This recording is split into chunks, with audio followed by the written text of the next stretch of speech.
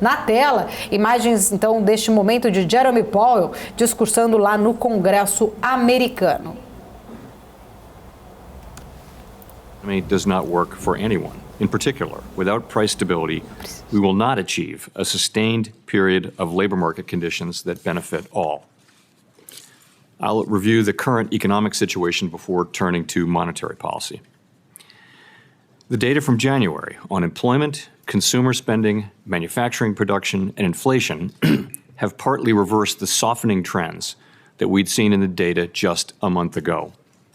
Some of this reversal likely reflects the unseasonably warm weather in January in much of the country. Still, the breadth of the reversal, along with revisions to the previous quarter, suggests that inflationary pressures are running higher than expected at the time of our previous FOMC meeting. From a broader perspective, inflation has moderated somewhat since the middle of last year, but remains well above the FOMC's longer-run objective of 2%.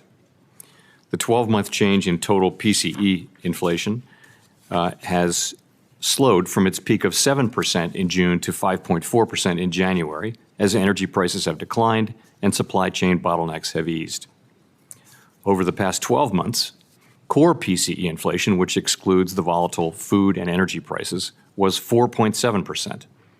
As supply chain bottlenecks have eased and tighter policy has restrained demand, inflation in the core goods sector has fallen. And while housing services inflation remains too high, the flattening out in rents evident in recently signed leases points to a deceleration in this component of inflation over the year ahead. That said, there is little sign of disinflation thus far in the category of core services excluding housing, a category that accounts for more than half of core consumer expenditures. To restore price stability, we'll need to see lower inflation in this sector, and there will very likely be some softening in the labor market conditions.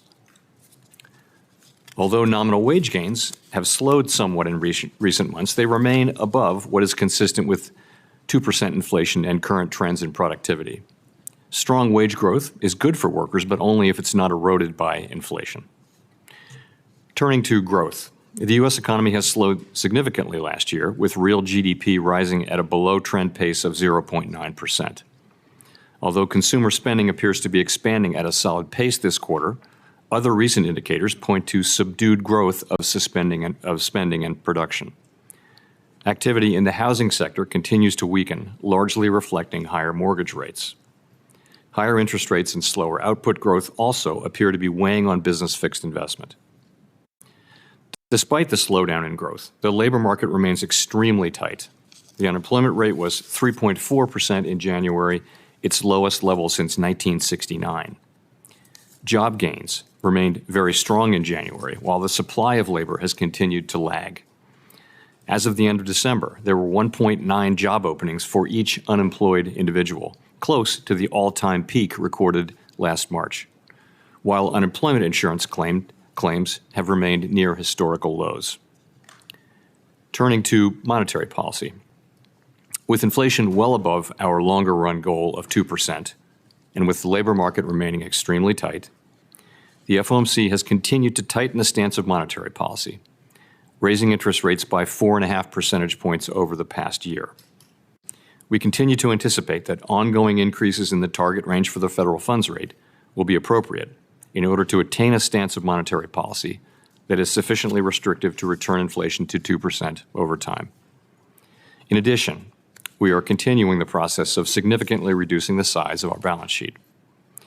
We are seeing the effects of our policy actions on demand in the most interest-sensitive sectors of the economy. It will take time, however, for the full effects of monetary restraint to be realized, especially on inflation. In light of the cumulative tightening of monetary policy and the lags with which monetary policy affects economic activity and inflation, the committee slowed the pace of interest rate increases over its past two meetings.